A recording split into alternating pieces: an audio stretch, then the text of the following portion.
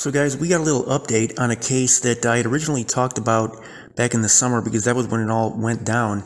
There was a 14-year-old girl named Savannah who was killed allegedly because of a family member's gang affiliation. And if you guys remember in that video, I had given like a miniature speech about not mentioning any gang stuff when you're interacting with anybody, especially gang members, okay? Because these gang members, you'll see how foul the gang life is, when you start like seeing the stuff that they do. In this particular case, you had a grown man and allegedly a teenager, but a teenager who was older than the eventual victim, involved in the murder of a 14-year-old girl because of her family member's gang affiliation. So, she's not getting no passes just because she's not a gang member. Her family being in the gang was enough, apparently, for this to go down. Now, this was a very tragic situation, man. She died, I think, as I remember the situation, several days later, but only 14 years old. And she just, she said that her family member was in a gang. That's obviously something that you should never mention to anybody,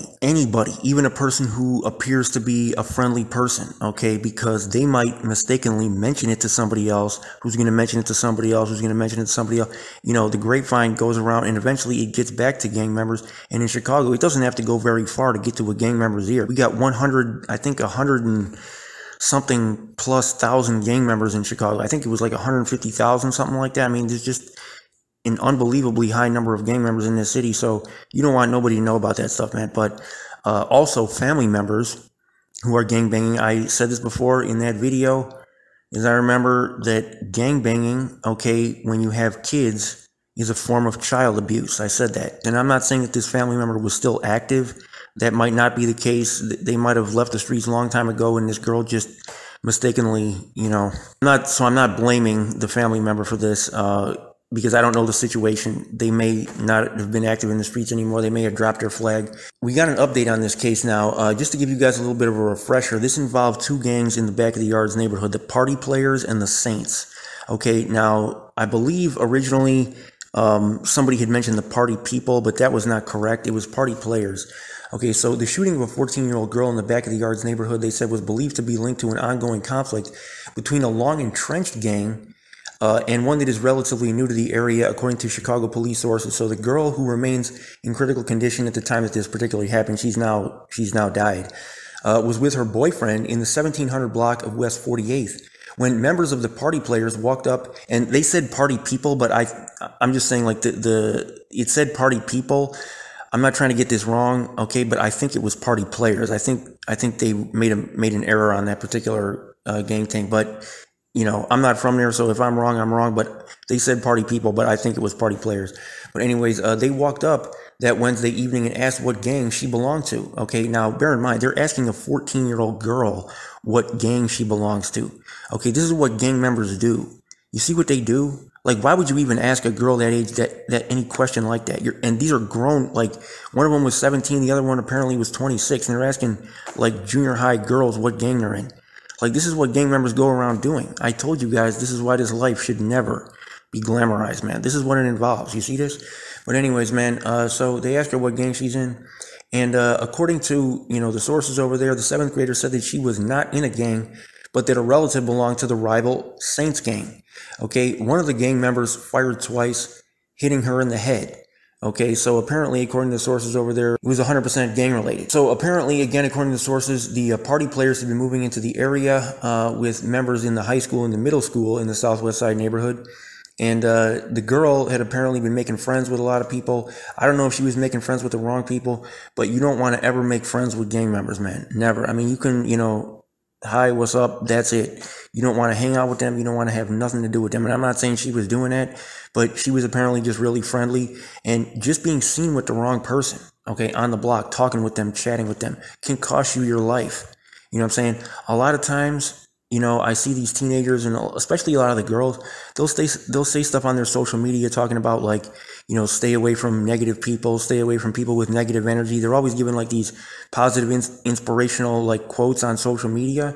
Okay, I'm not saying this to make fun of them. I'm saying it because a lot of times negative energy, okay, negative vibes or whatever, can feel like positive vibes, especially if this person is flattering you a lot, calling you pretty, stuff like that.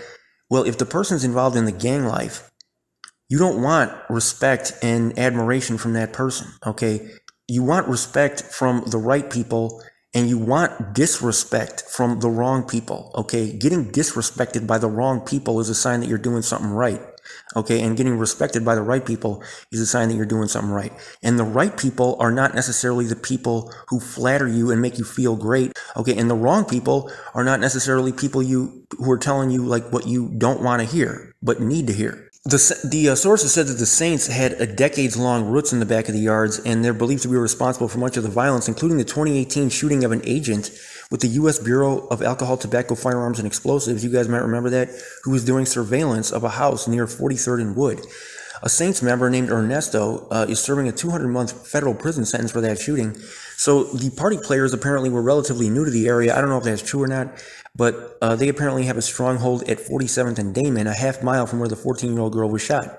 And they were saying that they've basically graduated now to shooting. So while the back of the yards neighborhood has seen a sharp drop in homicides from the previous year, residents said that there have been more shootings recently, and that officers are keeping a close eye on the neighborhood to prevent retaliatory violence. Police have released few details of Wednesday's evening shooting, including the description of the gang members and SUV they fled in. They said that it may have been a Chevy Tahoe, which later turned out, I think, to be correct. But the girl was taken to the hospital in critical condition with a gunshot wound to the head, and she later died. Okay, it didn't say that in that particular article, but later that happened. The man who provided the gun, allegedly in the killing of the 14-year-old girl, he's now been booked, and this is the guy who was 26. So a man from outside of the city actually faces charges connected with the June shooting, they say, of the 14-year-old girl, Savannah, on the city's southwest side. Police arrested a 26-year-old named Michael on Monday on the west side. He's charged with the murder of Savannah. He also faces one count of attempted murder. So police say that Savannah and her boyfriend were walking her dog outside of a convenience store on June 2nd over by 48th and like about block west of Ashland. She was approached and asked what gang she was affiliated with. After saying that a relative was in a gang, the girl was shot in the head and later died, as I said.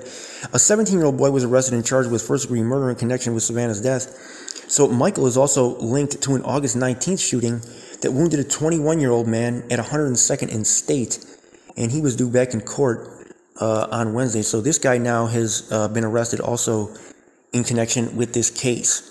So he's charged in those two incidents now, and this guy was 26, okay? So very foul situation, man. Apparently the way that it all went down, so Edgar, the 17-year-old, and Michael had confronted the girl and her boyfriend as they walked their dog. The three allegedly yelled gang slogans as they were asking about their affiliation. As the couple left the store, the trio continued to harass them from across the street.